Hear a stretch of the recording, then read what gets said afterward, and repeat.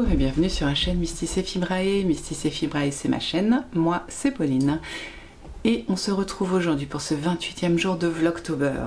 On est sur la fin du Vlogtober, un Vlogtober spécial que nous avons que nous avons passé à étudier les runes et les différents arts divinatoires. On va pas y arriver aujourd'hui.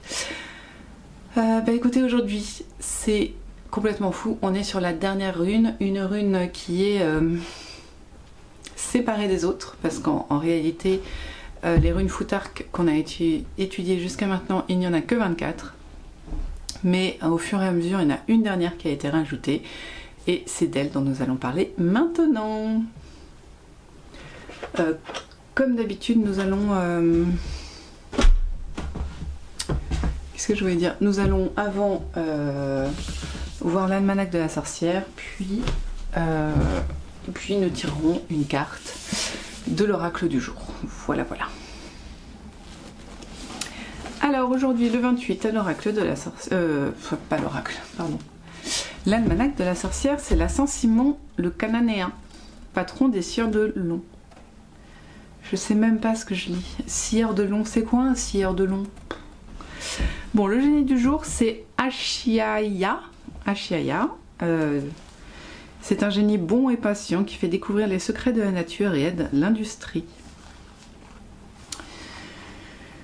Les parfums du jour sont la bruyère, le copahu et le yé. Et aujourd'hui, pour accroître votre développement intellectuel, là j'en ai besoin, il faut de l'huile de chicorée, de l'encens de camphre. Bon, a priori c'est des choses qui se trouvent, mais bon, faut faire macérer de la chicorée pendant 24 heures dans l'huile d'olive, donc ils n'ont pas dit qu'il fallait de l'huile d'olive. La faire cuire au bain-marie pendant 1 heure, on y ajoute du camphre, on laisse encore reposer 24 heures, on filtre, et versez 4 gouttes de cette huile dans un mouchoir en papier que vous respirerez intensément à maintes reprises pendant la journée. On peut aussi juste utiliser de l'huile essentielle. De camphre a priori. Ah là là. Bon, alors les images du jour.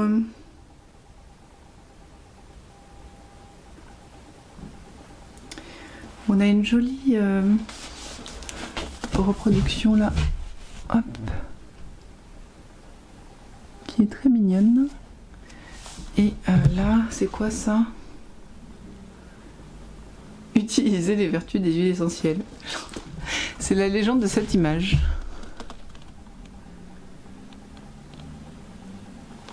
Dites-moi si vous comprenez, moi non.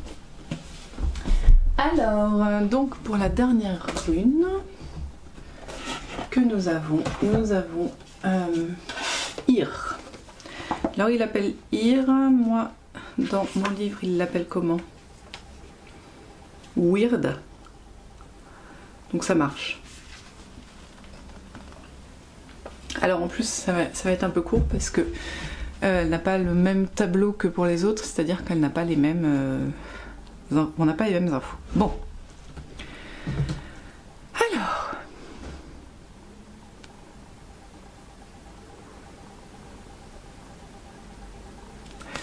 j'ai un petit souci, c'est que moi dans mon livre, elle n'a pas de sigle et il l'appelle la rune blanche, c'est la rune qui n'a pas de signe en fait. Hein. C'est une rune qui représente les Nornes et qui est caractérisée pour être blanche. Or ici j'ai un signe. Donc est-ce que c'est la même chose ou pas? Je ne sais pas. Je peux regarder dans le petit livret en anglais.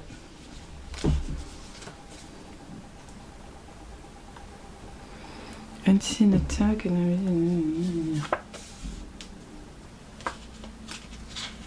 Ah oui, c'est bien la même. On est d'accord. si, ça représente bien la même chose. Du coup, on peut la regarder. Ouf. Donc eux, ils considèrent que c'est le 0,25. Donc c'est pas le 0 absolu, mais c'est le 0,25. Le Y, le chien à bois. Donc ils mettent cette espèce de patte d'oiseau là, ou doigt. Et donc ear. Et c'est cet arbre qui paraît mort, entouré de vignes vierges, je pense, dans la nature, dans la nuit. Enfin, pas dans la nature, dans la roche avec de l'eau. Et il y a quand même toujours cette étoile qui brille tout en haut. Très joli. En tout cas, Lilu, c'est super joli. Donc, c'est la rune blanche, aussi appelée la rune d'Odin. Pardon. Et elle représente les Nornes. Donc, les Nornes, on en a 3. Urd, qui est le passé. Vervandi, qui représente le présent. Et Skuld, qui représente le futur. Donc, Urd, la vieille. Vervandi, la mi-âge, 30-40 ans. Et Skuld, le futur. La jeune fille. Ado, vous voyez, en pleine fleur de l'âge. Enfin, du coup, on ne sait pas quel est son son. Bah, eux, ils disent le Y, why not. La polarité, je ne sais pas. Scénalement, il n'y en a pas. Enfin, ils ne me sont pas donnés, en tout cas. Plantes, animaux, couleurs, pierres, astrologie, tout ça. Whoop, même en pratique magique, elle n'existe. Enfin, elle n'est pas référencée. Mais en divination, on a des choses. Donc en divination, elle annonce quelque chose d'inévitable. Elle incarne l'imprévu, ce qui est secret et doit le rester.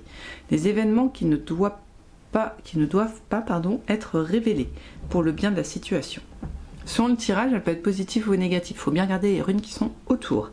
Et toujours selon le tirage, elle peut symboliser ce qui commence ou ce qui s'achève. Elle souligne une forme de renouveau. Elle a un message souvent qui est « Nos actes ont un impact sur notre destin car celui-ci n'est pas une fatalité ». Donc, on respire maintenant. Donc, Weird ou Ir, suivant là où on le prend, elle incarne un flot de vie finalement. Elle incarne pas forcément le commencement. Si, elle peut faire le... Ouais. Pour moi, voilà, faut que je la rattache aux 3 Nornes et donc à la suite logique d'une vie ou d'un événement, tout ça. Donc ça commence, ça continue et ça finit. Donc et c'est quelque chose d'inévitable comme le fil des Nornes, le fil de vie qui finit invariablement par casser, sauf quand on devient un dieu comme Hercule dans le dessin animé de Disney. On a les références qu'on mérite. Et du coup, voilà, moi je le relie aux Nornes et du coup au film de vie inévitable qui commence, qui continue et qui finit. Et même si quand même, il faut savoir que ce fil, on peut imaginer ce fil non pas tiré par un plomb comme ça, mais il peut faire ça, il peut tourner, il peut s'enrouler autour de lui. Et c'est du coup l'idée aussi qu'on a un impact sur notre destin. J'aime bien cette idée, j'aime bien ce concept. Et maintenant, c'était la fin de la dernière rune. Nous verrons du coup demain comment je crée mon oracle de runes. Hein. Et puis samedi et dimanche, nous verrons différents tirages que j'ai étudiés toujours dans le même livre. Voilà.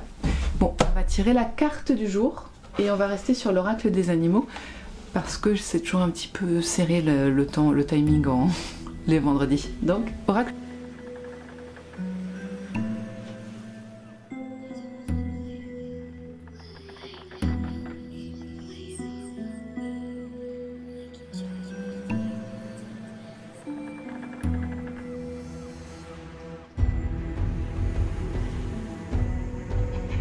Aujourd'hui, on a tiré le coyote. Je suis super contente d'avoir tiré cette carte que je n'avais encore jamais tirée et que je trouve absolument magnifique. Donc, on va étudier le coyote.